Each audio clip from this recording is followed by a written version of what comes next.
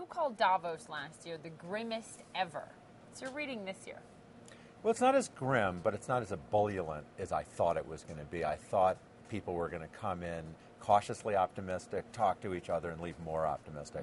But they're cautious. A lot of business people are not really seeing demand pick up in Europe and the United States, and nobody seems to be investing. I mean, that's definitely a message. Not in the U.S. Nobody and Europe. seems to be investing. In Asia they are, but in the U.S. and Europe, they're very cautious. Meaning they're not putting their money into the U.S. and Europe, or American citizens, Europeans aren't putting their money Plants anywhere. and equipment is really what I mean. You know, that the businesses aren't looking for expansion yet. They've got unused capacity. I mean, I'm exaggerating, but I was expecting things to be 6 months further along in the conversation than it feels. But yet you said that last year at Davos there were these extreme pessimists, and the result was not as bad as what was thought. So somewhere in the middle there.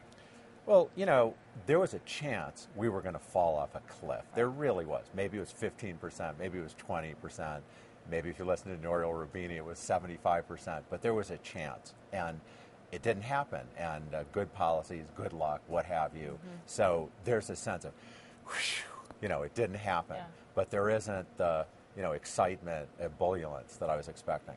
What you've been very outspoken about currently is the huge debt problems arising in Europe. You've talked about how if the ECB and the IMF were not there to prop up a number of countries as heavily as they are at the moment, we'd see, what, half a dozen failed nations in the economic sense? Well, you know, historically, looking at the history of financial crises, when you have a wave of international banking crisis, a really severe one like we've had, then sure, as day follows night, you know, a few years later, you see some sovereign debt crises.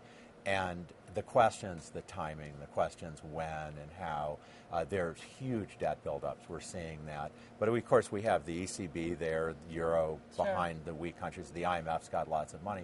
But I was there at the IMF when Argentina happened. We lent them money once, and they're still twice. reeling they from still, that. Well, they defaulted. A lot of people said they defaulted, and it helped them that they grew faster. I don't recommend default. Yeah, well, we're glad that you don't. Looking at the latest numbers out of the U.S. economy, the first reading we have on Q4 GDP, 5.7% growth. A lot of people cheering that. Of course, it could fall when we get the further readings. Is this all stimulus growth? Is this sort of artificial growth, if you will, in your opinion? Well, I don't know if it's artificial, but a lot of it's inventories rebuilding, at least that's what the early read says. So it's not something that's going to carry on for very long. If it doesn't lead to businesses investing, which I'm not hearing here, if it doesn't lead to consumers picking up, then growth will slow down. That seems like the Davos view here, that, yeah, it'll be good for a couple quarters, but then tepid.